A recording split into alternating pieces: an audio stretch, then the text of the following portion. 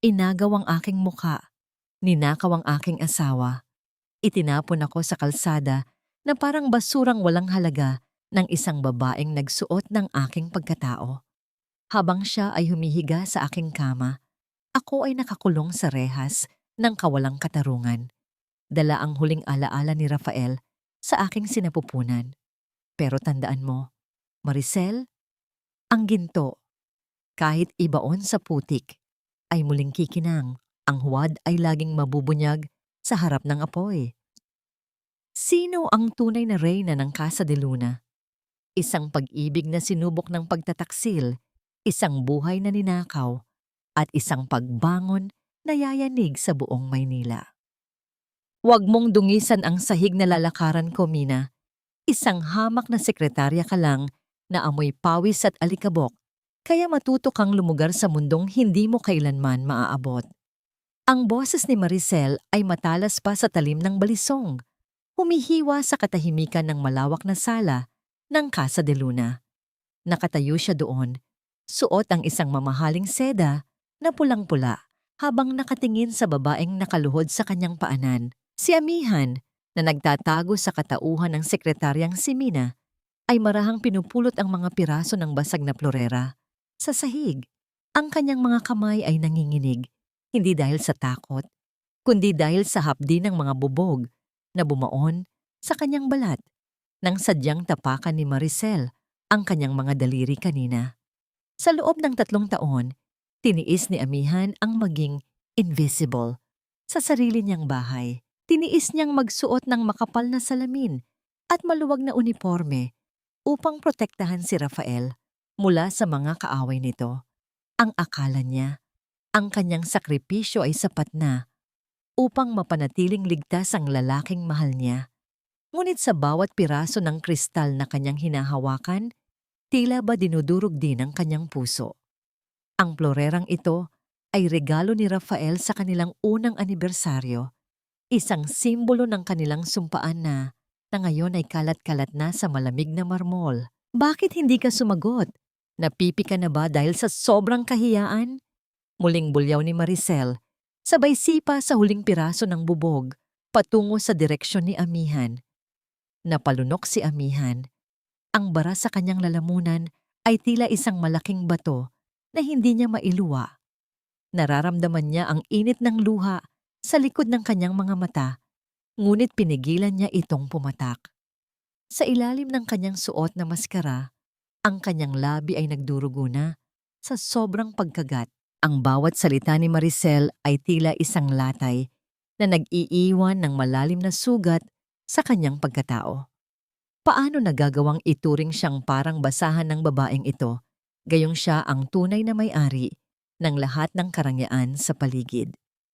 Biglang napatigil ang lahat nang ang malakas na tunog ng pagbukas ng telebisyon sa kabilang silid ay umalingaw-ngaw, kasunod ang boses ng isang tagapagbalita na tila nagmula sa hukay. Isang malagim na trahedya ang naganap sa karagatan ng Palawan. Ang pribadong eroplano na pagmamay-ari ni Rafael de Luna ay kumpirmadong bumagsak. Sa kasalukuyan, wala pang nakikitang survivor sa nasabing insidente. Ang mundo ni Amihan ay tila huminto sa pag-ikot.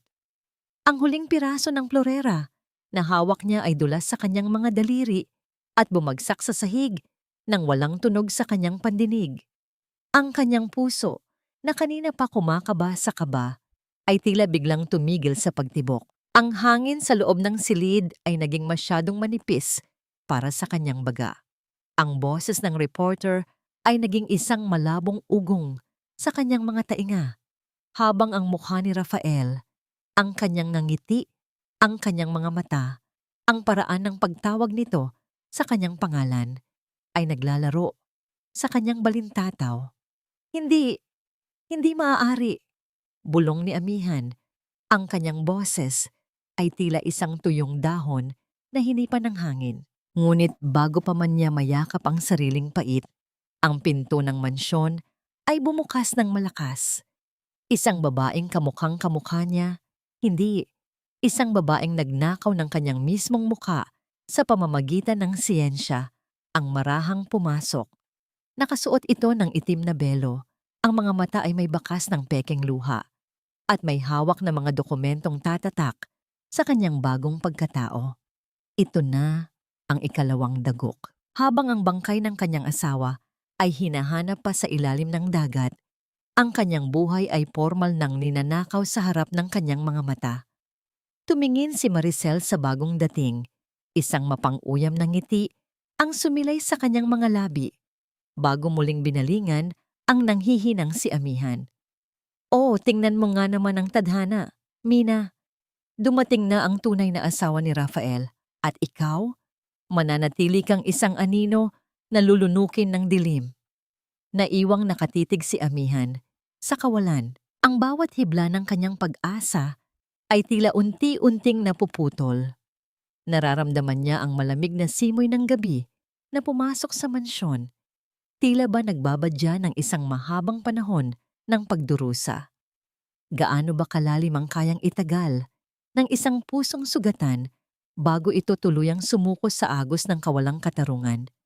Hanggang kailan mananatiling lihim ang katotohanan kung ang tanging saksi ay ang kanyang sariling mga luha? Lola Isay, huwag po kayong mag-alala. Narito na ako. Hindi ko po hahayaang gumuho ang Casa de Luna ngayong wala na si Rafael. Ako ang inyong tunay na amihan, ang katuwang ninyo sa bawat bighati. Ang boses ni Maricel ay punong-puno ng pekeng lambing. Parang pulot na may nakatagong lason. Sa loob ng marangyang silid tanggapan, nakayakap siya kay Lola Isay. Ang mata ng haligi ng pamilya de Luna na ngayon ay nanghihina dahil sa balita ng trahedya. Habang nakasubsob ang mukha sa balikat ng matanda, isang mapanuyang sulyap ang ipinatama ni Maricel sa pintuan, kung saan nakatayo si Mina, may hawak na tray ng tsaa, at nanginginig ang buong katawan. Sariwa pa sa isipan ni amihan ang bawat detalye ng silid na yon. Ang bawat dekorasyon, ang amoy ng mamahaling kandila, at ang mismong yakap ni Lola Isay ay sa kanya dapat. Ngunit ngayon, kailangan niyang panoorin ang isang impostora na dahan-dahang ninanakaw ang bawat alaala niya. Ang tsaa sa baso ay tila naging kasing pait ng kanyang nararamdaman habang nakikita ang kanyang lola na unti-unting naniniwala sa mga mabulaklak na salita ng ahas. "Salamat, amihan. Akala ko ay tuluyan na kaming pinabayaan ng langit. Mabuti at narito ka." Mahinang tugon ni Lola Isay. Ang kanyang boses ay basag at puno ng pangungulila. Sa isang iglap, bumitaw si Maricel sa yakap at tumayo ng tuwid. Ang kanyang mukha na sadyang inukit upang maging kawangis ng kay amihan ay nagbago ang anyo nang lumingon siya kay Mina. Ang init ng kanyang pagmamahal para kay Lola Isay ay biglang napalitan ng nagyeyelong puot. "Mina, bakit nakatayo ka lang dyan? Kanina pa naghihintay si Lola sa tsaa niya. Napakabagal mo talagang kumilos. Siguraduhin mong mainit yan. Kung hindi, maliligo ka sa sarili mong dala." Pagalit na utos ni Maricel. Lumapit si amihan.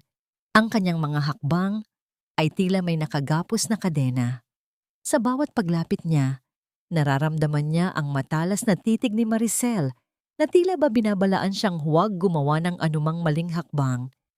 Inilapag niya ang tray sa lamesa ng walang imik. Ang kanyang puso ay sumisigaw. Gustong sabihin ang katotohanan, ngunit ang takot para sa kaligtasan ng mga naiwang mahal sa buhay ni Rafael ang nagtikom sa kanyang bibig. "Pasensya na po, Ma'am Amihan." Bulong ni amihan. Ang pagtawag sa impostora gamit ang sarili niyang pangalan ay tila isang tinik na bumaon sa kanyang lalamunan. Walang ano-ano ay kinuha ni Maricel ang isang kahon mula sa kanyang bag. Inilatag niya ang mga dokumentong gawa sa pekeng katotohanan, mga litratong inedit, mga sertipikong may palsipikadong pirma, at isang lumang kwintas na kasing tulad ng pag-aari ng pamilya. Namangha ang matanda. Ang bawat ebidensya ay tila mga pako na lalong nagbabaon kay amihan sa hukay ng pagkalimot. Nang dapit hapon, inutusan ni Maricel si Mina na linisin ang silid-aklatan ng namayapang si Rafael.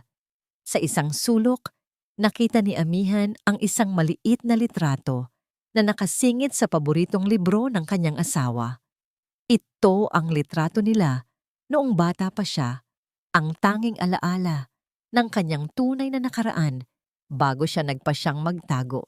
Ngunit bago pa man niya ito maitago sa kanyang bulsa, isang kamay ang marahas na humablot dito. Ano ito? Isang basura mula sa nakaraan? Nakangising tanong ni Maricel. Kinuha niya ang litrato at dahan-dahang lumapit sa nagbabagang fireplace sa gilid ng silid. Huwag! Maricel, pakiusap. Huwag yan. Pagmamakaawa ni Amihan, ang kanyang boses ay puno ng desperasyon. Tiningnan siya ni Maricel mula ulo hanggang paa. Isang tingin na puno ng pandidiri. Ang tawag sa akin dito ay Ma'am Amihan. At ang mga ganitong kalat ay walang puwang sa bagong buhay na bubuuin ko. Sa isang mabilis na galaw, binitawan ni Maricel ang litrato. Pinanood ni Amihan kung paano lamunin ng apoy ang kanyang tanging ugnayan sa kanyang tunay na pagkakakilanlan. Ang papel ay naging abo, unti-unting naglaho, kasama ang huling bakas ng kanyang nangiti sa larawang yon. Ang init ng apoy ay dumampi sa kanyang balat, ngunit ang lamig sa kanyang puso ay mas matindi pa sa anumang bagyo. Wala ka ng patunay, Mina. Kahit sumigaw ka pa sa buong mundo, ikaw ay isang hamak na katulong na walang pangalan. Ako na ang Amihan na kilala nila. At ikaw ay abo na lang na tatangayin ng hangin. Bulong ni Maricel bago ito lumabas ng silid, iniwan ang isang babaeng durog at luhaan sa harap ng nagbabagang apoy. Naiwan si Amihan na nakatitig sa abo. Ang bawat hininga niya ay tila isang panalangin para sa katarungan na tila kay layong makamit. Paano mo babawiin ang isang buhay na ang bawat hibla ay formal nang ibinigay sa iba? Hanggang kailan kayang tiisin ng isang tao ang mabuhay bilang isang multo sa loob ng sarili niyang tahanan? Bitawan mo ako. Hindi kita kilala at wala kang karapatang lumapit sa akin ng ganyan, lalo na sa harap ng asawa ko. Ang bawat salitang binitawan ni Rafael ay tila mga tipak ng yelo na ibinaon sa dibdib ni Amihan. Nakatayo siya sa gitna ng engrandeng pasilyo ng Casa de Luna. Ang kanyang mga bisig ay nakabitin sa hangin. Hindi alam kung saan ilalagay matapos siyang marahas na itulak ng lalaking pinagdarasal niyang mabuhay gabi-gabi. Ang tanging naririnig niya ay ang mabilis na tibok ng kanyang sariling puso na tila isang tambol na nagbababadya ng kamatayan ng kanyang huling pag-asa. Kanina lamang, ang mansyon ay binalot ng ingay ng mga sasakyang huminto sa tapat ng malaking pinto. Ang balita ay tila isang milagro. Natagpuan si Rafael sa isang liblib na isla, sugatan, ngunit buhay. Sa sobrang galak, nakalimutan ni Amihan ang kanyang disguise bilang si Mina. Tumakbo siya patungo sa pintuan. Ang kanyang mga mata ay puno ng luha ng pasasalamat. Handang yakapin ang lalaking akala niya ay kinuha na ng dagat. Ngunit ang bumungad sa kanya ay hindi ang mainit na yakap na kanyang kinasasabikan, kundi ang isang malamig at mapanghusgang titig. Rafael, salamat sa Diyos, buhay ka. Ang tanging naibulalas ni Amihan. Ang kanyang boses ay nanginginig sa matinding emosyon, ngunit bago pa man niya madama ang init ng balat nito, ang kanyang mga kamay ay hinarang ng isang pamilyar na braso. Lumapit si Maricel, suot ang isang mukha ng pag-aalala at pag-ibig na sadyang idinisenyo para sa pagkakataong ito. Dahan-dahan niyang inakay si Rafael, ang kanyang mga daliri ay mapangangking nakapulupot sa braso ng lalaki. Hon, huwag mo nang pansinin ang sekretaryang yan. Siguro ay nabigla lang siya sa pagdating mo. Alam mo naman, masyadong emosyonal ang mga katulong kapag may nangyayaring ganito. Sabi ni Maricel, ang bawat salita ay may halong panunuya na siya lang at si Amihan ang nakakaunawa. Tumingin si Rafael kay Maricel at sa isang sandali, ang kanyang mga mata ay lumambot. Pasensya na, Amihan. Medyo masakit pa ang ulo ko. Hindi ko maintindihan kung bakit ang babaeng ito ay kung makalapit sa akin ay akala mo kung sino. Ang tawag ni Rafael sa pangalan ni Maricel, ang pagkilala niya rito bilang si Amihan, ay tila isang malakas na sampal na nagpabingi sa tunay na asawa. Ang mundong binuo nila sa loob ng maraming taon, ang mga lihim na tanging sila lang ang nakakaalam, ay tila tinalikuran na ng tadhana. Ang amoy ng gamot at antiseptiko na kumapit sa suot ni Rafael ay humalo sa amoy ng mamahaling pabango ni Maricel, lumilikha ng isang nakakasulasok na timpla na nagpapaalala kay Amihan na siya na ngayon ang estranghero sa sarili niyang buhay. Pinanood ni Amihan kung paano ihatid ni Maricel si Rafael patungo sa kanilang silid. Ang bawat hakbang nila, paakyat sa hagdan, ay tila isang mabigat na padyak sa kanyang kaluluwa. Gustong sumigaw ni Amihan. Gustong hilahin si Rafael at ipaalala rito ang bawat haplos, ang bawat pangako, at ang lihim na peklat sa kanyang puso na siya lang ang nakakakita. Ngunit nanatili siyang nakatayo doon, ang kanyang mga paa ay tila naging bahagi na ng malamig na marmol ng sahig. Sa gitna ng katahimikan ng mansyon, napansin ni Amihan ang isang maliit na detalye. Habang paakyat, marahang hinahawakan ni Rafael ang kanyang sentido. Isang gawin na madalas niyang gawin kapag siya ay nahihilo o nahihirapan. Ang bawat masahe ni Amihan sa bahaging iyon ng ulo ni Rafael noon ay tila nararamdaman pa niya sa kanyang mga daliri. Ngunit ngayon, ang mga kamay na gumagawa niyon sa kanya ay ang mga kamay ng impostora. Bakit, Rafael? Bakit kahit ang puso mo ay nakalimot din? Bulong ni Amihan sa hangin, habang ang kanyang paningin ay unti-unting lumalabo dahil sa mga luhang hindi na niya kayang pigilan. Ang milagrong kanyang hiniling ay naging isang sumpa. Ang pagbabalik ni Rafael ay hindi naging simula ng kanyang kaligtasan, kundi ang simula ng isang mas masakit na uri ng pagdurusa, ang mabaliwala ng taong tanging dahilan ng iyong paghinga. Paano mo ipaglalaban ang isang pag-ibig kung ang mismong katuwang mo ay naging sandata na rin laban sa'yo? Hanggang kailan mananatiling matatag ang isang puso kung ang bawat tibok nito ay isinisigaw ang isang katotohanang walang gustong makinig? Huwag mong isipin na dahil nakabalik si Rafael ay magbabago ang katayuan mo rito.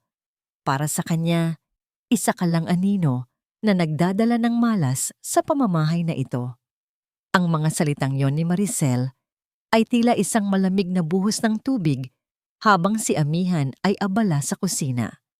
Maingat niyang inihahanda ang paboritong sopas ni Rafael, ang mainit na sabaw na may tamang dami ng luya at kaunting asin, eksaktong paraan kung paano ito gusto ng kanyang asawa kapag masama ang pakiramdam nito. Ito ang tanging paraan na alam ni Amihan upang alagaan ang lalaki, kahit pa sa likod ng maskara ni Mina.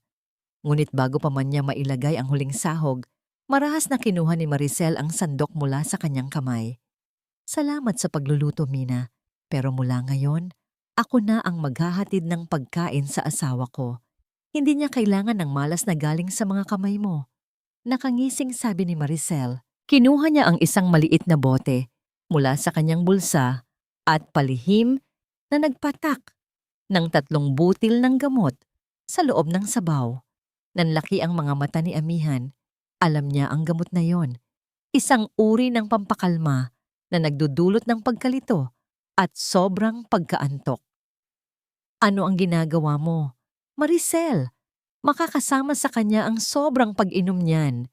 Kagagaling lang niya sa aksidente. Isang malakas na tulak ang isinagot ni Maricel, dahilan upang mapaatras si Amihan at tumama ang kanyang likod sa gilid ng lababo. Wala kang pakialam. Ito ang kailangan niya para manatili siyang sa akin. Para manatiling malabo ang alaala niya sa isang babaeng gaya mo. Sa hapagkainan, pinilit ni Maricel si Amihan na tumayo sa isang sulok upang magsilbi.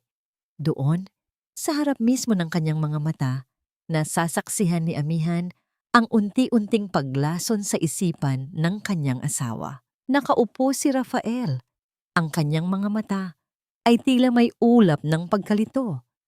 Habang sinusubuan siya ni Maricel ng sopas na si Amihan ang nagluto, ang bawat kutsara na tinatanggap ni Rafael ay tila isang patalim na sumasaksak sa lalamunan ni Amihan. "Ang sarap talaga ng luto mo, Amihan ko," mahinang sabi ni Rafael. Ang kanyang boses ay tila galing sa malayo dahil sa epekto ng gamot. "Pero bakit parang may nakalimutan ako?" Agad na hinawakan ni Maricel ang pisngi ni Rafael. Isang mapangangking haplos na nagpangiwi sa sakit kay Amihan. "Wala kang nakalimutan, Hon. Pagod ka lang. Ako lang ang kailangan mong tandaan. Ako ang nagligtas sa'yo. Ako ang nag-alaga sa'yo." Muling tumingin si Rafael sa direksyon ni Mina. Sa loob ng ilang segundo, nagtagpo ang kanilang mga mata. Isang kislap ng pagkilala ang sumilay sa mga mata ni Rafael. Isang pamilyar na init na nagpabilis sa tibok ng puso ni Amihan. Ngunit bago pa man ito lumalim, biglang kumunot ang noo ni Rafael at umiwas ng tingin. Tila ba nasasaktan siya sa tuwing tinitingnan ang sekretarya. "Mina, bakit nakatitig ka?" tanong ni Rafael. Ang boses ay puno ng iritasyon. "Umalis ka na rito. Nakakaistorbo ka sa pagkain namin ng asawa ko." Ang by NGIYET kawalang katarungan ay lalong humigpit sa leeg ni Amihan.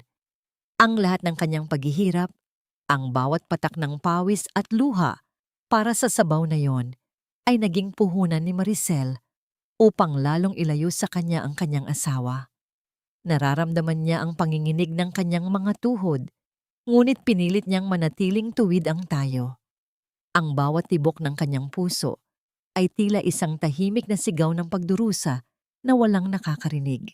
Nang matapos ang hapunan, tumayo si Maricel at itinaas ang kanyang baso ng alak. Ang isang kamay ay mahigpit na nakahawak sa balikat ni Rafael na tila ba isang premyo na kanyang napanalunan. "May mahalaga nga pala akong anunsyo para sa lahat, lalo na sa iyo, Lola Isay," sabi ni Maricel. Ang kanyang boses ay umalingaw-ngaw sa buong silid, puno ng tagumpay.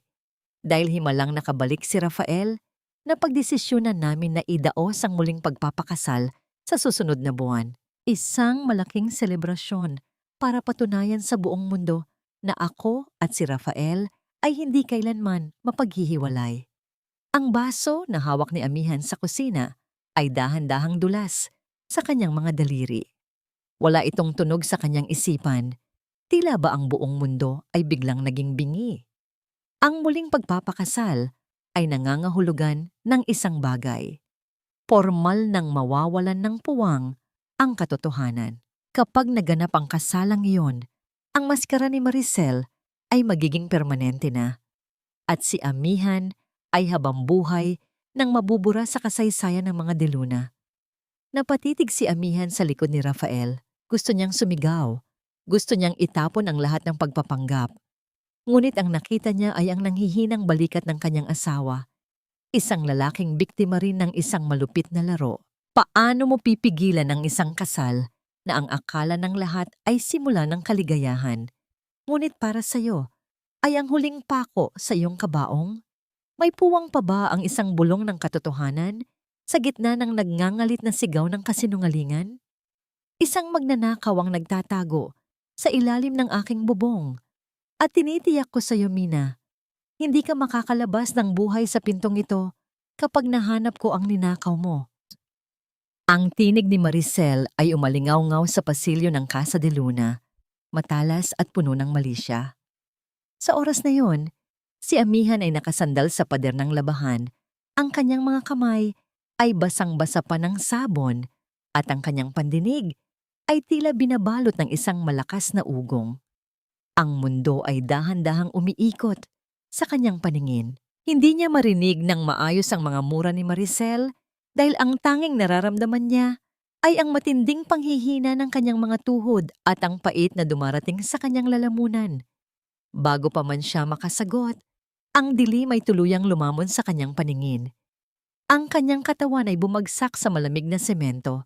Isang marahas na pagbagsak na hindi man lang niya naramdaman. Nang muling magdilat ng mata si Amihan, natagpuan niya ang sarili sa isang maliit na klinika sa labas ng mansyon kung saan dinala siya ng matandang si Aling Nena. Ang amoy ng alkohol at gamot ay humalo sa kanyang pagkalito. Ngunit ang bawat kaba sa kanyang dibdib ay tila biglang natigil ng hawakan ng doktor ang kanyang kamay. Ang mga mata nito ay puno ng seryosong balita. Mag-iingat ka, iha. Sa kalagayan mo ngayon, hindi mo dapat pinapagod ang sarili mo. May buhay na tumitibok sa loob ng sinapupunan mo. Magdadalawang buwan na ang sanggol. Ang mga salitang yon ay tila isang himig mula sa langit na nagpatigil sa lahat ng kanyang pighati. Isang sanggol. Isang bunga ng huling gabi nila ni Rafael bago ang trahedya. Dahan-dahang dinala ni Amihan ang kanyang nanginginig na kamay sa kanyang tiyan. Pinapakiramdaman ang munting buhay na ngayon ay naging tanging dahilan ng kanyang paghinga. Sa gitna ng kadiliman ng kanyang buhay, isang munting liwanag ang ipinagkaloob ng tadhana. Ngunit ang kagalakang yon ay agad na napalitan ng kilabot nang maalala niya ang banta ni Maricel. Sa kanyang pagbabalik sa mansyon, sinalubong siya ng isang gulo na hindi niya inaasahan. Ang lahat ng mga gamit sa kanyang maliit na silid ay nakakalat sa sahig. Ang kanyang lumang bag ay nakabukas at doon, sa ibabaw ng kanyang mga damit, ay kumikinang ang isang bagay na kailanman ay hindi niya hinawakan, ang luwam at Troy, ang kwintas na pamanang hiyas ng pamilya De Luna. Ayan, nakita na ang ebidensya. Sinasabi ko na nga ba, ang ahas na ito ang kumuha ng kayamanan ng pamilya. Sigaw ni Maricel habang itinuturo ang kwintas sa harap ni na Lola Isay at Rafael. Nanginig ang buong pagkatao ni Amihan. Tumingin siya kay Lola Isay, nagbabaka sakali ng kaunting tiwala. Ngunit ang nakita niya ay ang pagkadismaya at galit sa mga mata ng matanda. Mina, akala ko ay tapat ka. Binigyan ka namin ng matutuluyan. Ngunit ganito pa ang isusukli mo. Hindi po ako ang kumuha niyan, Lola. Pakiusap, maniwala kayo sa akin. Pagsusumamo ni Amihan, ang kanyang boses ay tila isang iyak ng isang sugatang ibon. Lumingon siya kay Rafael. Umaasang kahit sa gitna ng kadiliman ng alaala nito, ay makikita nito ang katotohanan. Ngunit lumapit si Rafael. Ang mukha ay matigas at walang emosyon. Kinuha nito ang kwintas mula sa bag at tiningnan si Amihan nang may matinding pandidiri. Sobra na ang pananatili mo rito. Hindi namin kailangan ng isang kriminal sa Casa de Luna. Sabi ni Rafael, ang bawat salita ay tila isang matalim na bubog na sumusugat sa puso ni Amihan. Sa labas ng mansyon, narinig ang tunog ng papalapit na sasakyan ng mga pulis. Ang asul at pulang ilaw ay naglalaro sa mga bintana ng mansyon, nagbibigay ng isang nakakatakot na kulay sa paligid. Pumasok ang dalawang opisyal at nang walang pag-aalinlangan ay kinuha ang mga kamay ni Amihan. Ang malamig na bakal ng posas ay lumapat sa kanyang mga pulso, isang tunog ng pagsuko ng kanyang kalayaan. Habang dahan-dahan siyang inilalabas ng mansyon, lumingon si Amihan kay Rafael. Nakita niya ang lalaking mahal niya na nakatayo sa tabi ni Maricel. Ang kamay ng impostora ay nakapulupot sa braso nito habang nakangisi ng palihim. Nararamdaman ni Amihan ang bawat pintig ng kanyang puso na tila humihingi ng saklolo para sa sanggol sa kanyang sinapupunan. Paano niya mapoprotektahan ang munting buhay na ito sa loob ng isang madilim na selda? Paano siya lalaban kung ang mismong katuwang na dapat ay nagpoprotekta sa kanya ang siyang nagtulak sa kanya sa kailaliman? Ang pintuan ng sasakyan ng pulis ay sumara. Iniwan ng isang ina na ang tanging baon ay ang pait ng kawalang katarungan at ang munting tibok ng buhay na hindi pa man naisisilang ay kailangan na ring magdusa. Ang bawat patak ng tubig mula sa kalawanging gripo sa sulok ng selda ay tila isang mabagal na pagbibilang ng mga oras na nawawala sa buhay ni Amihan. Malamig ang semento, puno ng amoy ng kalawang at luma, ngunit mas masakit ang lamig na nanunuot sa kanyang mga buto. Ang lamig ng katotohanang ang taong pinag-alayan niya ng lahat ay siya ring nagpadala sa kanya sa madilim na silid na ito. Nakasandal si Amihan sa pader. Ang kanyang mga kamay ay protektadong nakayakap sa kanyang tiyan. Sa bawat pintig ng kanyang puso, nararamdaman niya ang munting buhay na tila sumasabay sa kanyang bawat paghinga. Isang munting mandirigma na hindi pa man naisisilang ay kailangan ng humarap sa bangis ng mundo. Hindi naging madali ang unang gabi. Ang mga kasama niya sa selda na sadyang inudyukan at binayaran ng isang lihim na kamay ay walang tigil sa pagpaparamdam sa kanya ng takot. Ang bawat sulyap nila ay puno ng banta at ang bawat bulong ay tila mga tuka ng mga buwitre na naghihintay ng kanyang pagbagsak. Ngunit sa tuwing may magtatangkang lumapit, ang mga mata ni Amihan ay nag-aapoy sa isang uri ng tapang na hindi niya alam na taglay niya. Huwag kayong lalapit. Wala akong kasalanan. At higit sa lahat, huwag ninyong sasaktan ang anak ko. Ang bawat salita niya ay marahan, ngunit puno ng awtoridad na nagpapatigil sa sinumang may masamang balak. Nang sumunod na umaga, ang tunog ng pagbukas ng bakal na pintuan ay umalingaw-ngaw sa buong pasilyo. Isang bantay ang tumawag sa kanyang pangalan para sa isang bisita. Sa pag-aakalang si Rafael o si Lola Isay ang dumating upang bawiin ang kanilang maling paratang, mabilis na tumayo si Amihan sa kabila ng kanyang panghihina. Ngunit ang bumungad sa kanya, sa likod ng makapal na salamin, ay ang isang mukha na nagpaatras sa kanyang kaluluwa. Nakatayo doon si Maricel, suot ang isang mamahaling puting damit na tila ba isang anghel na bumaba sa lupa. Ngunit ang kanyang ngiti ay hindi mula sa langit. Kinuha niya ang telepono sa gilid ng salamin at hinintay na gawin din iyon ni Amihan. Ang ganda ng bagong bahay mo, di ba? Bagay na bagay sa iyo ang suot mo, Mina. Ang boses ni Maricel ay puno ng panunuya na tila ba isang lason na dahan-dahang pumapasok sa pandinig ni Amihan. Bakit mo ito ginagawa, Maricel? Anong kailangan mo sa akin? Ninakaw mo na ang lahat. Ang asawa ko, ang pangalan ko, ang bahay ko. Bakit hindi mo pa ako hayaang manahimik? Ang boses ni Amihan ay puno ng pait. Tumawa ng mahina si Maricel, isang tunog na tila mga gasgas ng kuko sa pisara. Hayaan kang manahimik? Hindi mo pa naiintindihan, Amihan. Hindi lang ito tungkol sa pera o kay Rafael. Ito ay tungkol sa katarungan para sa akin. Alam mo ba kung sino talaga ako? Ako ang anak na kailanman ay hindi kinilala ng tatay mo. Ako ang batang itinapon ninyo sa dumi habang ikaw ay lumalaki sa loob ng palasyo. Nanlaki ang mga mata ni Amihan. Ang bawat hibla ng kanyang pag-iisip ay tila nagkagulo. Isang kapatid, isang dugo. Ang katotohanan ito ay mas masakit pa sa anumang latay ng posas sa kanyang mga pulso. Magkadugo tayo, pero bakit kailangang humantong sa ganito? Hikbi ni Amihan. Lalong lumapit si Maricel sa salamin. Ang kanyang mga mata ay nag-aapoy sa puot. Dahil gusto kong maramdaman mo ang lahat ng naramdaman ko, ang mawalan ng lahat. At alam ko ang sikreto mo, Mina. Alam kong buntis ka. Dahan-dahang hinaplos ni Maricel ang salamin. Tila ba dinaramay ang tiyan ni Amihan mula sa kabilang panig. Huwag kang mag-alala. Aalagaan ko ang batang yan. Kapag nanganak ka rito sa loob, kukunin ko ang sanggol. Sasabihin ko kay Rafael na, iyon ang aming anak, ang bunga ng aming pagmamahalan.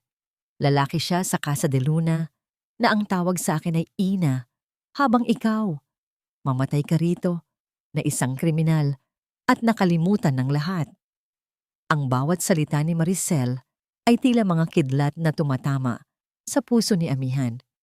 Ang takot na naramdaman niya ay hindi na para sa kanyang sarili, kundi para sa kaluluwang wala pang malay sa kanyang sinapupunan. Ang kalupitan ng plano ni Maricel ay hindi lamang nagnanakaw ng kanyang nakaraan, kundi pati na rin ang kanyang kinabukasan. Binitawan ni Maricel ang telepono at tumayo ng may pagmamalaki. Naglakad siya palayo nang hindi lumilingon. Iniwan ng isang babaeng nakaluhod sa malamig na sahig ng silid dalaw. Ang mga kamay ay mahigpit na nakakapit sa kanyang tiyan, habang ang kanyang mga hikbi ay lumulunod sa katahimikan ng bilangguan. Hanggang kailan kayang protektahan ng isang ina ang kanyang anak kung ang buong mundo ay nakikipagsabuatan sa kasinungalingan? May pag-asa pa bang sumikat ang araw sa loob ng isang seldang binuo mula sa puot at paghihiganti? Hindi kailangan ng mga mata upang makita ang katotohanan, iha. Ang puso ay may sariling paningin na hindi kayang dayain ng kahit anong maskara. Ang boses na yon ay mahina, garalgal, dahil sa katandaan, ngunit nagdala ng isang init na matagal nang hindi nararamdaman ni Amihan. Sa gitna ng madilim na sulok ng silid dalaw, nakaupo ang matandang si Aling Nena. Ang kanyang mga mata ay malabo na, tila nababalot ng puting ulap, ngunit ang kanyang mga kamay ay mabilis na humaplos sa salamin. Pilit na hinahanap ang anino ng babaeng nasa kabilang panig. Nanginginig ang mga kamay ni Amihan habang hinahawakan ang telepono. Sa loob ng maraming linggo sa bilangguan, ito ang unang pagkakataon na may tumingin sa kanya ng walang halong pandidiri o galit. Aling Nena, bakit po kayo narito? Hindi ba kayo natatakot na makita ang isang kriminal na gaya ko? Isang banayad na ngiti ang sumilay sa kulubot na mukha ng matanda. Kriminal?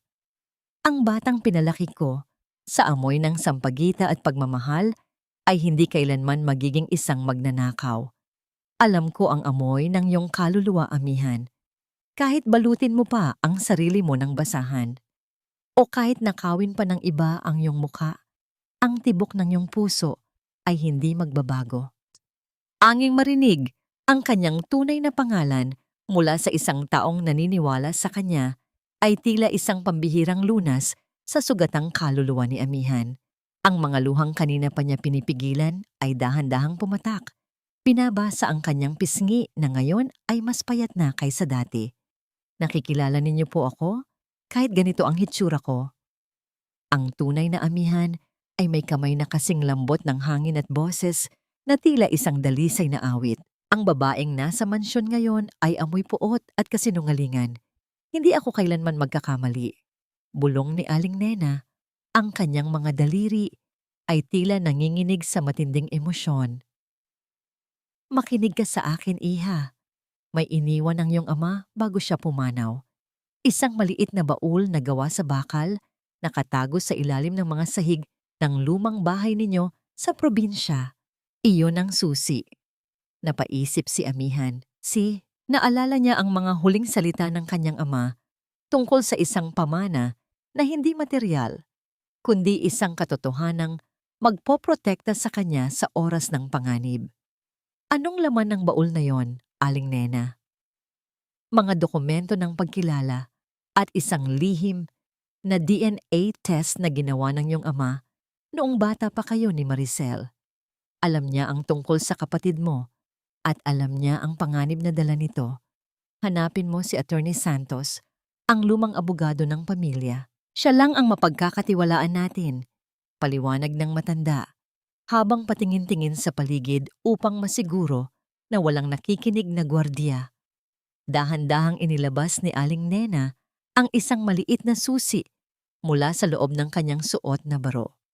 Ipinatong niya ito sa ibabaw ng lamesa na itinatago sa ilalim ng isang panyo. Ang tunay na laban ay magsisimula na. At sa unang pagkakataon, mula nang pumasok siya sa rehas, naramdaman ni Amihan ang isang kislap ng pag-asa na tila isang bituin sa gitna ng madilim na gabi.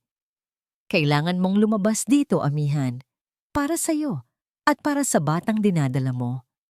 Ang dugo ng mga deluna ay hindi dapat mapunta sa kamay ng isang mapagpanggap. Huling habilin ni Aling Nena bago siya dahan-dahang tumayo.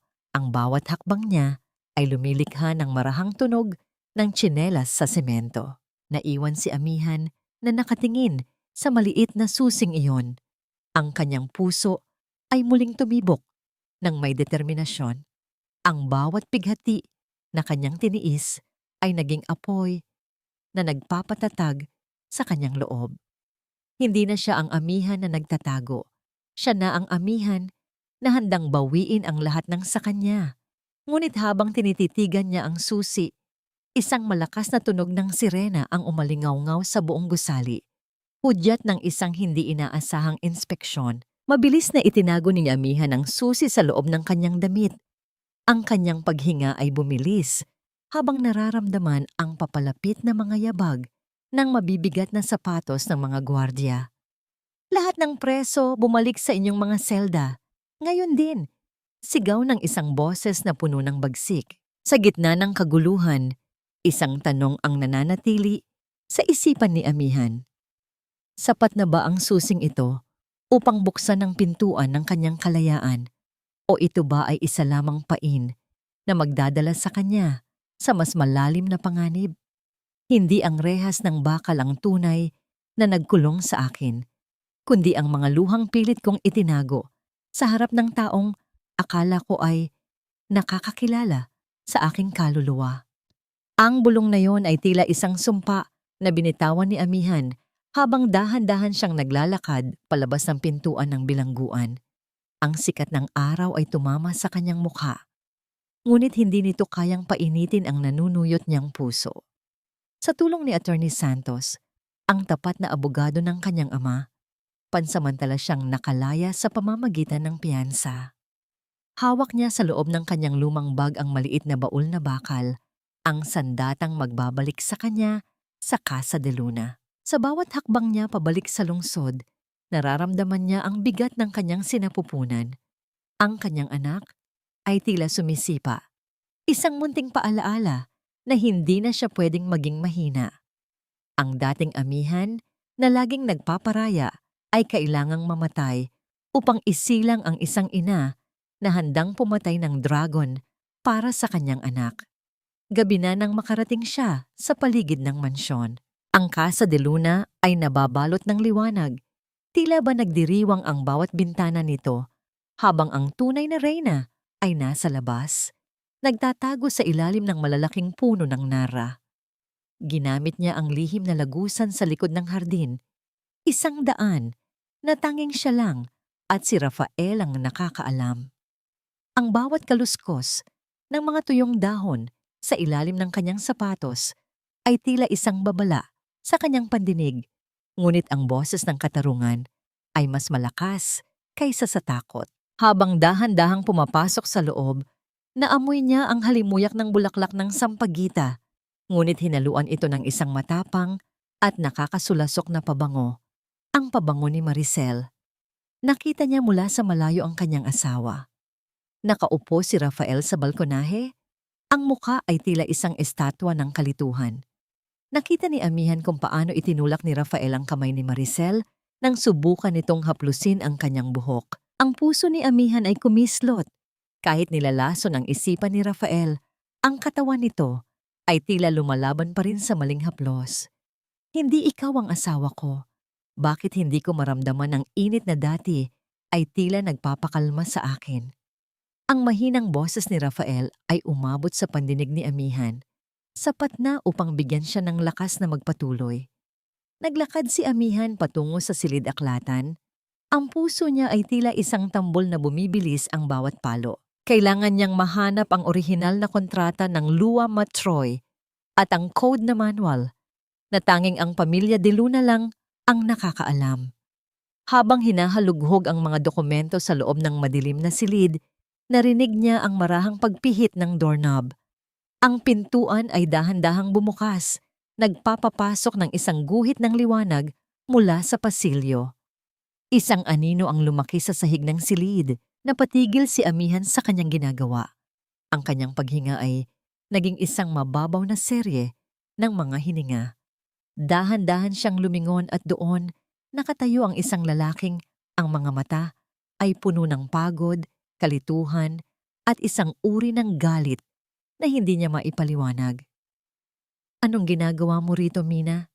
Hindi ka ba napapagod sa pagnanakaw sa pamilyang ito?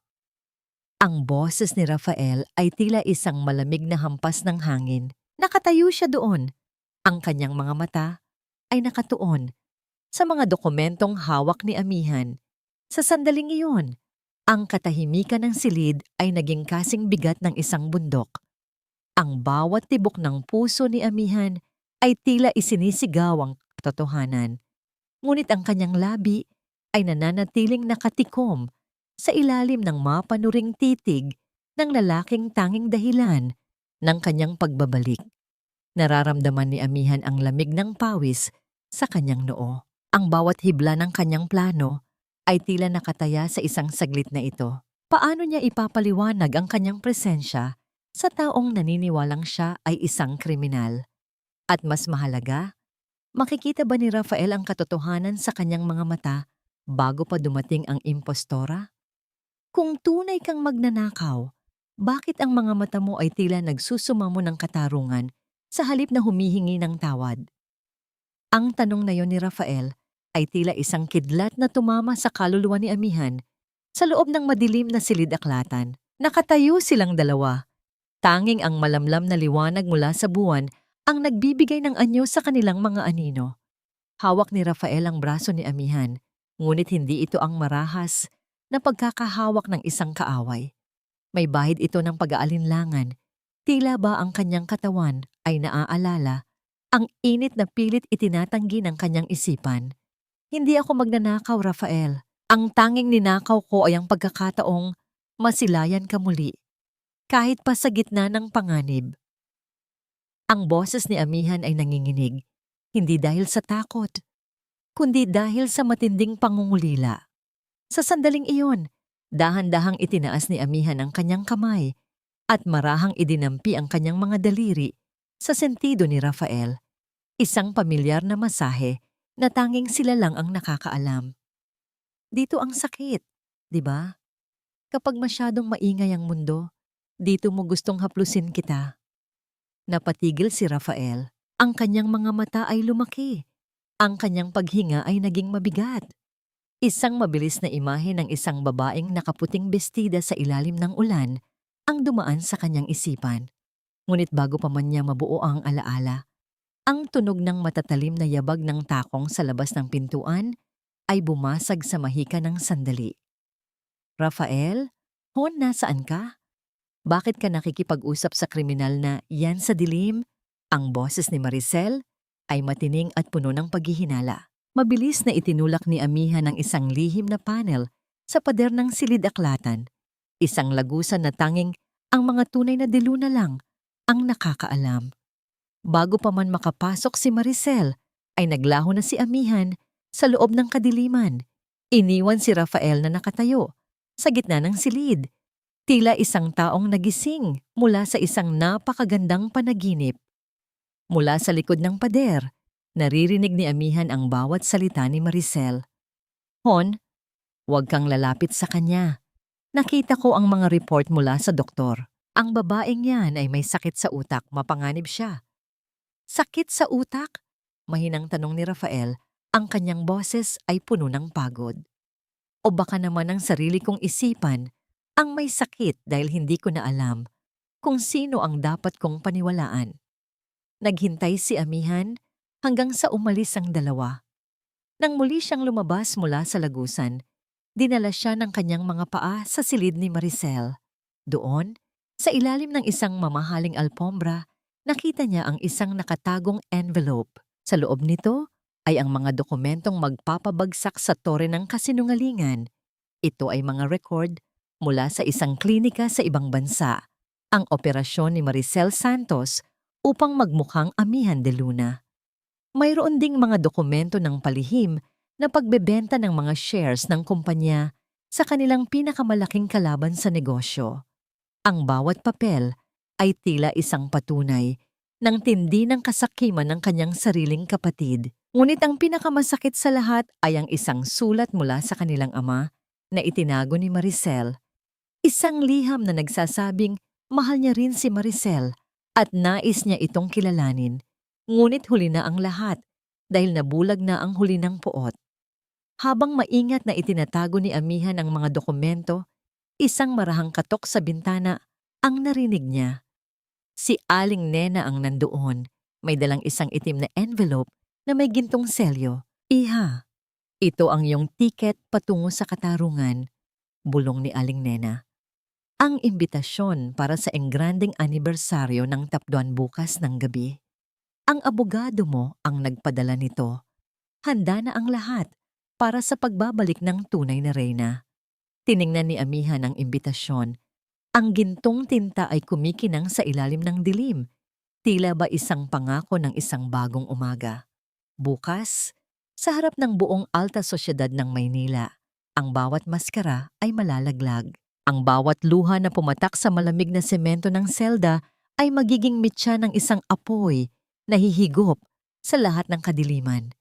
Hinawakan ni Amihan ang kanyang tiyan. Pinapakiramdaman ang munting buhay sa loob. Konting tiis na lang, anak. Bukas hindi na tayo magtatago. Bukas, ibabalik ko sa iyo ang pangalang nararapat sa iyo. Ngunit sa kabila ng determinasyon, isang takot ang bumabalot sa kanya. Alam ni Maricel na nakalaya siya. Ano ang kayang gawin ng isang nasusukot na ahas kapag naramdaman nitong malapit na siyang mamatay? Ang bawat kislap ng dambuhalang kristal na chandelier sa gitna ng ballroom ay tila mga matatalim na diamante na sumasalamin sa kasinungalingang bumabalot sa gabing iyon. Ang Casa de Luna ay puno ng mga piling panauhin mula sa alta sosyedad ng Maynila. Suot ang kanilang mga pinakamamahaling hiyas at mga ngiting pilit. Sa gitna ng entablado, nakatayo si Maricel. Suot ang isang itim na gown na tila ba ay baluti ng isang reynang nagnakaw ng trono. Sa kanyang leeg ay kumikinang ang luwamatroy, ang kwintas na simbolo ng kapangyarihan ng mga diluna. Ngayong gabi, hindi lang natin ipinagdiriwang ang anibersaryo ng ating kumpanya. Ipinagdiriwang din natin ang muling pagkabuo ng aming pamilya. Ang boses ni Maricel ay umalingaw-ngaw sa buong bulwagan, puno ng kumpiyansa at tagumpay. At bilang tanda ng bagong simula, formal ko nang lalagdaan ang pagsasanib ng De Luna Jewels at ng kumpanyang kukuha sa atin patungo sa pandaigdigang merkado. Hawak na ni Maricel ang gintong panulat. Handa nang pirmahan ang dokumentong magtatapos sa pangarap ng ama ni Amihan. Sa tabi niya, si Rafael ay nakaupo. Ang mga mata ay tila nakatitig sa kawalan. Ang kanyang diwa ay tila nakakulong pa rin sa ilalim ng epekto ng mga gamot na ibinibigay ni Maricel. Ngunit bago pa man dumapo ang panulat sa papel, ang malalaking pintuan ng ballroom ay marahang bumukas. Ang tunog ng mga yabag ng sapatos sa marmol na sahig ay tila isang ritual na nagpatahimik sa buong paligid. Ang bawat panauhin ay napalingon. Doon, sa gitna ng liwanag, nakatayo ang isang babaeng hindi kailanman nila inakalang makikita muli. Wala na ang maluluwag na uniforme ng isang sekretarya. Wala na ang makapal na salamin na nagtatago sa kanyang ganda. Suot ang isang mahabang bestida na kulay ginto na tila ba hinabi mula sa sinag ng araw. Naglalakad si Amihan ng may dignidad na hindi kayang tapatan ng kahit anong salapi. Ang kanyang buhok ay nakapusod ng maayos, inilalantad ang kanyang mukha na ngayon ay nagniningning sa katotohanan. Ang paglagda sa dokumentong yan ay isang krimen dahil ang taong may hawak ng panulat ay hindi ang tunay na tagapagmana ng Casa de Luna. Ang boses ni Amihan ay malumanay, ngunit bawat salita ay tila isang kulog na yumanig sa buong gusali. Ang mga bulong ng mga panauhin ay tila naging isang malakas na hangin. Sino siya? Bakit kamukha niya si Amihan? Ang bawat tanong ay tila mga pana na tumatama kay Maricel. Namutla si Maricel. Ang kanyang kamay na hawak ang panulat ay nagsimulang manginig. Sino ang nagpapasok sa kriminal na ito rito? Mga gwardiya, ilabas ang babaeng iyan. Siya ang magnanakaw na tumakas sa kulungan. Ngunit hindi natinag si Amihan. Patuloy siya sa paglalakad patungo sa entablado. Ang bawat hakbang ay puno ng kapangyarihan. Ang tanging magnanakaw dito ay ang babaeng nagsusuot ng mukha ko. Maricel, tapos na ang laro. Alam ng lahat dito na ang luwamatroy ay hindi lamang isang hiyas. Ito ay isang buhay na saksi. Tumingin si amihan kay Rafael na ngayon ay dahan-dahang tumatayo. Ang kanyang mga mata ay tila nagigising mula sa isang mahabang pagkakaidlip. Rafael, tingnan mo ako. Hindi ang mukhang ito, kundi ang pusong ito. Alam mo kung paano buksan ang kwintas na yan. Alam mo na tanging ang tibok ng puso ng isang tunay na deluna ang makakapagpaamos sa apoy nito. Ang luwamat Troy ay may isang lihim na mekanismo, isang biometric lock na nakabase sa pulso at init ng katawan ng tunay na may-ari. Kapag ang nagsusuot nito ay isang impostora, ang hiyas ay mananatiling madilim at malamig. Sinungaling, sigaw ni Maricel. Ang kanyang boses ay naging paos sa takot. Ako ang asawa mo, Rafael. Ako ang amihan mo. Mabilis na lumapit si amihan sa harap ni Maricel. Hindi niya ito sinampal. Hindi niya ito sinaktan. Tinitigan niya lang ito ng mata sa mata. Kung ikaw ang tunay na amihan, buksan mo ang lock ng kwintas. Ipakita mo sa kanila ang sunfire na lumalabas kapag ang katapatan ay napatunayan. Sinubukang pindutin ni Maricel ang lihim na pindutan sa likod ng kwintas. Ang kanyang mga daliri ay basang-basa ng malamig na pawis. Ngunit ang hiyas ay nanatiling itim. Walang liwanag na lumabas. Ang katahimikan sa ballroom ay naging kasing bigat ng isang hatol ng kamatayan. Bakit hindi bumubukas? Bulong ni Lola Isay, na ngayon ay nakatayo na rin at nakatingin. Nang may paghihinala kay Maricel, lumapit si amihan at dahan-dahang inabot ang kanyang kamay sa kwintas na nasa leeg pa ni Maricel. Sa sandaling dumampi ang mga daliri ni amihan sa hiyas, isang mahinang tunog ng pag-click ang narinig, kasunod ng isang nakakasilaw na pulang liwanag na nagmula sa loob ng diamante. Ang kwintas ay tila nabuhay, naglalabas ng init at liwanag na tumama sa mukha ni amihan, na tila ba binabasbasan siya ng kanyang mga ninuno. Ang apoy ay hindi nagsisinungaling, sabi ni amihan. Ang kanyang mga mata ay nakatuon kay Rafael. Sa sandaling iyon, ang mga mata ni Rafael ay biglang nanlaki. Ang bawat alaala, ang kanilang unang sayaw, ang amoy ng sampagita, ang haplos ni amihan sa kanyang sentido, ay bumalik ng sabay-sabay. Ang pader na binuo ng mga gamot at kasinungalingan ay tuluyang gumuho. Amihan!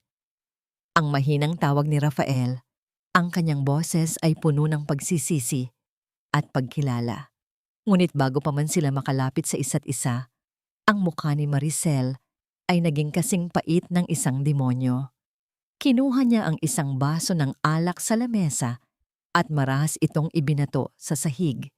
Ang tunog ng pagbasag ay tila isang hudyat ng kanyang huling pag-atake. Hindi sa iyo ang gabing ito. Hindi mo makukuha ang lahat.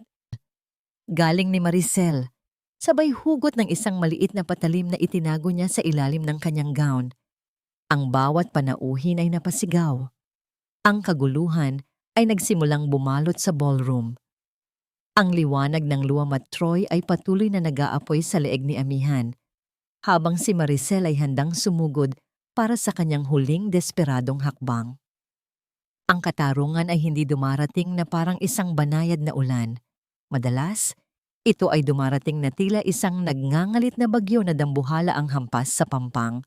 Sa gitna ng nagkakagulong ballroom, ang kinang ng patalim sa kamay ni Maricel ay tila isang sumpa na naghahanap ng biktima.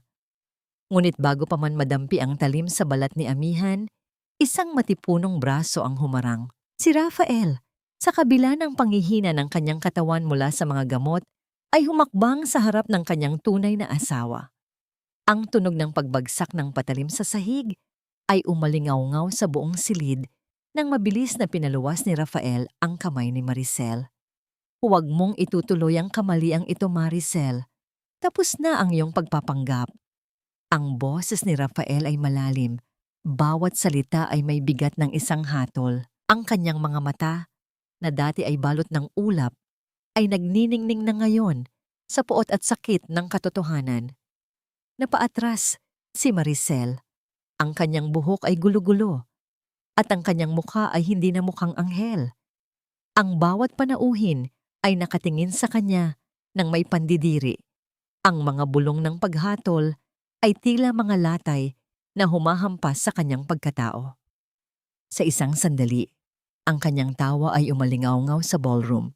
Isang tawang puno ng pait at kawalan ng pag-asa. Katarungan? Anong alam ninyo sa katarungan? Sigaw ni Maricel. Ang kanyang mga mata ay nakatuon kay Lola Isay na ngayon ay nakatayo ng nanginginig. Lahat kayo, nabubuhay sa karangyaan, habang ako ay itinapon sa basura. Ang mukhang ito, ang pangalang ito lang ang paraan para mabawi ko ang nararapat sa akin bilang isang deluna. Lumapit si Amihan. Ang kanyang mga hakbang ay banayad ngunit matatag. Hindi siya nagpakita ng galit kundi isang malalim na lungkot para sa babaeng kasing dugo niya ngunit naging biktima ng sariling puot. Ang pagkilala ay hindi ninanakaw, Maricel. Ibinibigay ito sa mga taong marunong magmahal. Ninakaw mo ang mukha ko, pero hindi mo kailanman nakuha ang respeto ng pamilyang ito dahil ang puso mo ay puno ng lason. Sa hudyat ni Attorney Santos, ang mga pintuan ng ballroom ay muling bumukas para papasukin ang mga alagad ng batas. Ang tunog ng mga yabag ng kanilang mabibigat na sapatos ay tila isang martsa ng kamatayan para sa mga ambisyon ni Maricel. Habang dahan-dahang inilalapat ang malamig na bakal sa kanyang mga pulso, tumingin si Maricel kay Rafael, nagbabaka sakali ng huling sulyap ng awa. Ngunit tinalikuran siya ni Rafael. Ang kanyang atensyon ay nasa babaeng nakasuot ng ginto, na ngayon ay tila nanghihina na ang mga tuhod. Dalhin niyo na siya. Hayaan ng batas ang humusga sa lahat ng kanyang ninakaw. Utos ni Rafael. Ang kanyang tinig ay walang bahid ng pag-aalinlangan. Nang mailabas na si Maricel, ang katahimikan sa ballroom ay naging kasing lalim ng isang sugat. Ang bawat panauhin ay dahan-dahang umalis. Iniwan ang pamilya de Luna sa gitna ng mga bakas ng naganap na labanan. Humakbang si Rafael patungo kay Amihan. Ang bawat pulgada ng distansya sa pagitan nila ay tila puno ng mga alaala ng bawat pagkakataong itinulak niya ito. Bawat salitang masakit na binitawan niya laban sa sekretaryang si Mina. Dahan-dahang lumuhod si Rafael sa harap ni Amihan, isang kilos na nagpasinghap kay Lola Isay. Ang makapangyarihang Rafael de Luna ay nanginginig ang mga balikat habang hinahawakan ang mga kamay ni Amihan, ang mga kamay na may mga peklat mula sa paglilinis ng mga bubog na siya mismo ang nagpahintulot. Patawad, patawad Amihan, tikbi ni Rafael. Ang kanyang noo ay idinampi sa mga kamay ng asawa. Nabulag ako. Pinabayaan kita sa gitna ng panganib. Habang ikaw ang nag-iisa sa pagprotekta sa atin, paano mo ako magagawang patawarin? Nararamdaman ni Amihan ang init ng mga luha ni Rafael sa kanyang balat. Gusto niyang sumagot. Gusto niyang sabihin na ang lahat ay ayos na. Ngunit ang pagod ng nakaraang mga buwan, ang takot sa loob ng selda, ang dusa ng pagiging bohin, ay biglang sumunggab sa kanya. Ang liwanag ng luwamat Troy sa kanyang leeg ay dahan-dahang lumabo habang ang kanyang paningin ay nagsimulang magdilim. Rafael, ang ating anak. Ang tanging naibulalas ni Amihan bago siya dahan-dahang nawalan ng malay, bumagsak sa mga bisig ng lalaking ngayon ay handa na siyang protektahan hanggang sa huling hininga. Ang unang sinag ng araw na pumasok sa bintana ng silid ay tila isang banayad na haplos sa mukha ni Amihan. Hindi na amoy kalawang ng selda o amoy ng lason ang kanyang nalalanghap, kundi ang pamilyar at matamis na halimuyak ng sariwang sampagita na nakalagay sa florera sa tabi ng kanyang kama. Dahan-dahan niyang iminulat ang kanyang mga mata at ang unang bumungad sa kanya ay ang mukha ni Rafael. Ang lalaking ngayon ay hindi na tila isang estatwa, kundi isang taong muling nabuhay ang kaluluwa. Nakatungo si Rafael sa gilid ng kama, mahigpit na nakahawak sa kamay ni Amihan habang mahimbing na natutulog. Mapapansin ang mga bakas ng luha sa kanyang mga pisngi at ang pagod sa kanyang mga mata na tila hindi umalis sa pwestong iyon sa loob ng maraming oras. Sa paggalaw ni Amihan, agad na nagising si Rafael. Ang kanyang mga mata ay nagningning sa tuwa at takot. Amihan, salamat sa Diyos. Gising ka na. Ang boses ni Rafael ay paos, puno ng emosyon. Sabi ng doktor, kailangan mo ng pahinga. Pero ang pinakamahalaga, ang ating anak, ligtas siya. Ang ating munting mandirigma ay kasing tatag ng kanyang ina. Ang marinig ang kumpirmasyon na ligtas ang kanyang sanggol ay tila isang malaking pasanin na nawala sa dibdib ni Amihan. Dahan-dahan niyang dinala ang kamay ni Rafael sa kanyang tiyan, hinayaang maramdaman ng lalaki ang munting pintig ng buhay sa loob. Sa sandaling iyon, walang kailangan pang sabihin. Ang bawat haplos at bawat tingin ay sapat na upang burahin ang buwan ng pighati. Patawarin mo ako, Amihan, sa bawat gabi na hinayaan kitang matulog sa malamig na sahig habang ako ay nasa malambot na kama. Sa bawat salitang masakit na ibinato ko sa'yo, bulong ni Rafael, ang kanyang tinig ay nanginginig sa pagsisisi. Gugugulin ko ang natitirang bahagi ng aking buhay upang bawiin ang bawat luhang pumatak sa iyong mga mata. Hinawakan ni Amihan ang pisngi ni Rafael. Ang kanyang mga daliri ay marahang tinutunton ang bawat guhit ng mukha ng asawa. Rafael, ang pag-ibig ay hindi lang tungkol sa pag-alala. Ito ay tungkol sa pagpili na manatili kahit ang mundo ay malabo. Pinili mo akong hanapin sa gitna ng iyong kadiliman at sapat na yon sa akin. Bumukas ang pinto at pumasok si Lola Isay.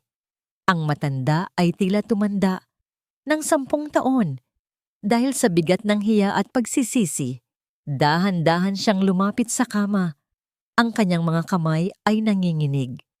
Bago pa man makapagsalita ang matanda, pilit na umupo si Amihan at inabot ang kamay ni Lola Isay upang gawin ang pagmamano, ang tradisyonal na paggalang na nagpapaiyak sa matanda. Amihan, apo, huwag! Ang nanginginig na tinig ni Lola Isay ay halos hindi marinig sa tindi ng kanyang hikbi. Ako ang dapat lumuhod sa harap mo. Naging bulag ako. Hinayaan kong bastusin ka ng isang impostora sa loob ng pamamahay na ito. Patawarin mo ang iyong lola, iha. Dahan-dahang hinila ni Amihan ang kamay ng matanda at idinampi ito sa kanyang noo. Ang init ng balat ni Lola Isay ay nagdala ng agos ng mga alaala ng kanyang kabataan. Lola, tapos na po ang gabi.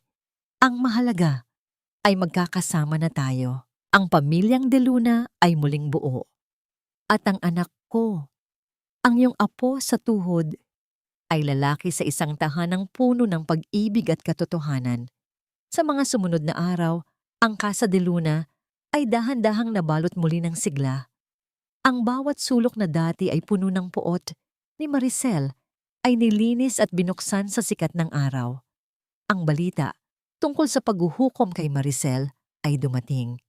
Haharapin niya ang mahabang taon sa likod ng rehas dahil sa kanyang mga krimen. Bagaman may pait sa puso ni Amihan para sa kanyang kapatid, mas pinili niyang ituon ang kanyang paningin sa hinaharap.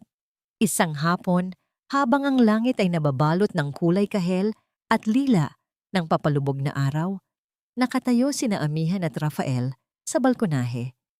Ang hangin ay amoy sampagita, malinis at presko. Inakay ni Rafael si Amihan mula sa likuran.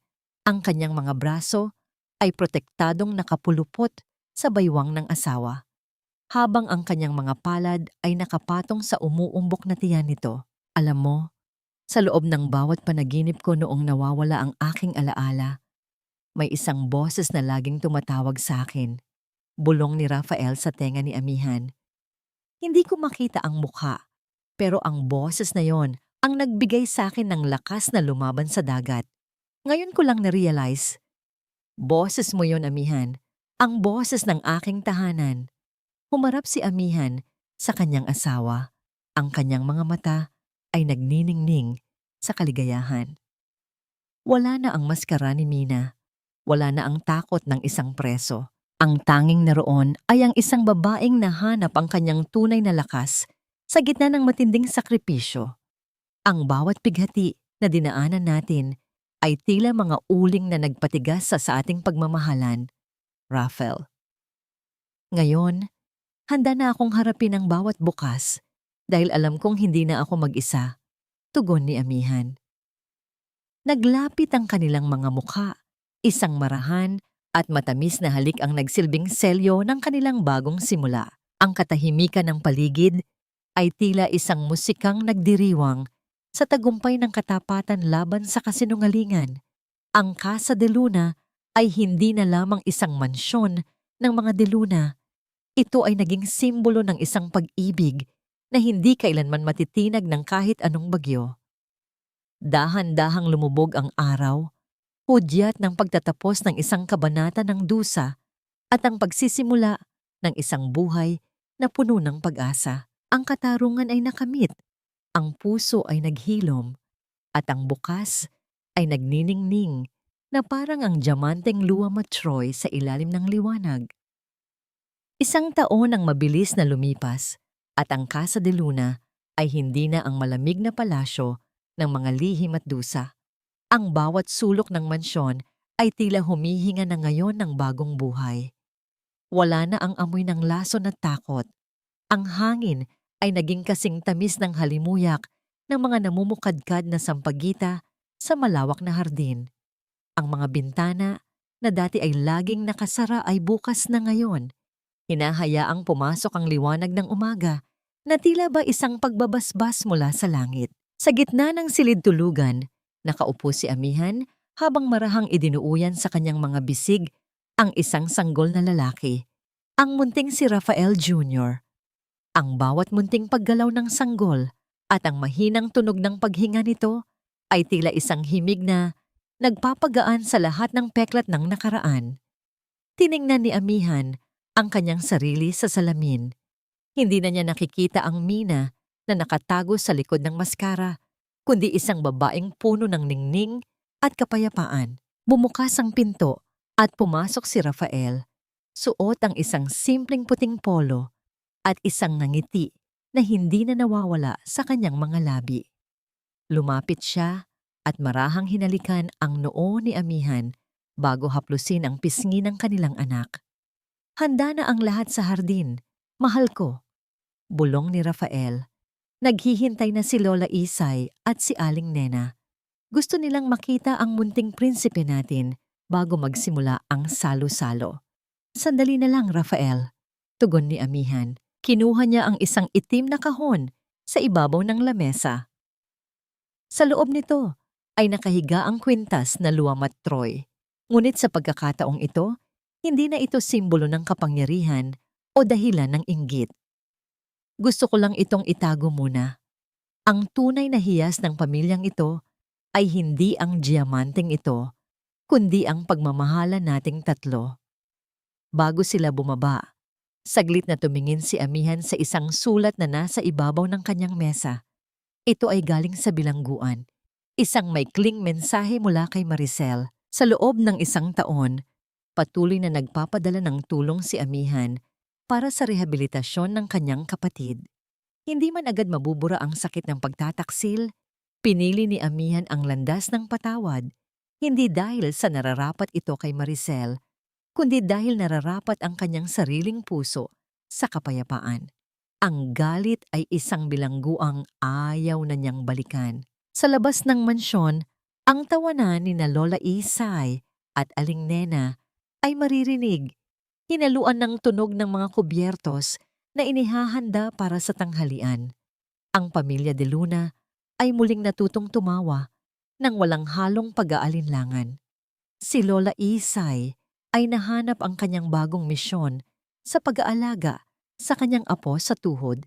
Tila ba binabayaran ang bawat pagkukulang niya noon kay Amihan sa pamamagitan ng labis na pagmamahal sa bata. Habang naglalakad ang mag-asawa patungo sa hardin, napatigil si Amihan at lumingon sa buong Casa de Luna. Naalala niya ang gabi ng Kusok Kep, ang gabi ng akala niya ay katapusan na ng lahat. Ngunit sa gitna ng pagguho ng kanyang mundo, Doon niya natagpuan ang tunay na pundasyon ng kanyang pagkatao. Ang katarungan ay hindi lamang ang pagpaparusa sa masama. Ito ay ang pagbawi sa iyong dignidad at ang pagtayo ng matuwid sa kabila ng mga bagyo. Ang pag-ibig ay hindi lang damdamin. Ito ay ang sakripisyong handa mong gawin upang mapanatiling ligtas ang katotohanan. Amihan, bakit ka napatigil? Tanong ni Rafael ng may pag-aalala.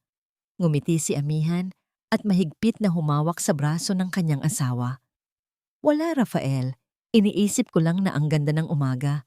Isang bagong umaga na wala ng anino. Ang kwento ng pamilya De Luna ay hindi nagtapos sa paghihiganti, kundi sa isang matamis na paghilom. Ang pamana ng pag-ibig ay hindi nakasulat sa mga dokumento o nakaukit sa ginto, kundi nakatanim sa bawat puso na natutong magpatawad, lumaban, at muling magtiwala. Dahan-dahang lumakad ang pamilya patungo sa liwanag. Iniwan ang mga alaala ng dusa sa likod, habang ang araw ay patuloy na nagniningning sa itaas ng Casa de Luna, ang tahanan ng mga pusong nagtagumpay sa apoy ng pagsubok. Dito nagtatapos ang paglalakbay ni na Amihan at Rafael, isang paglalakbay na nagpatunay na ang tunay na ginto ay hindi nasisira ng apoy, kundi lalong nagliliyab sa gitna ng matinding pagsubok. Sa bawat isa sa inyo na nakasama ko mula sa unang kabanata hanggang sa mga huling salitang ito, tanggapin ninyo ang aking taos-pusong pasasalamat, ang inyong pananatili. Sa bawat minuto ng pakikinig ay nagsilbing lakas upang mabuo ko ang kwentong ito na puno ng pasakit, ngunit nagtatapos sa isang matamis na tagumpay. Hindi naging madali ang pagsusulat ng bawat pahina ng Casa de Luna. May mga gabi na ang aking sariling mga mata ay napupuno rin ng luha, lalo na noong isinusulat ko ang mga sandali ng matinding kawalang pag-asa ni Amihan sa loob ng madilim na selda. Habang iniisip ang kaligtasan ng kanyang anak, ang bawat pighating inilarawan ko ay tila mga anino ng totoong buhay. Mga kwento ng sakripisyo at pagtitiis na nasaksihan ko sa mga matatanda at kababaihang aking nakasalamuha. Ang kwentong ito ay hinugot ko mula sa mga karanasan ng mga taong nahanap ang kanilang lakas sa gitna ng pinakamalalim na sugat. Nais kong baunin ninyo ang mensahe ng pag-asa at ang kapangyarihan ng pagpapatawad. Ang pag-ibig ay tila isang munting kandila sa gitna ng isang malakas na unos.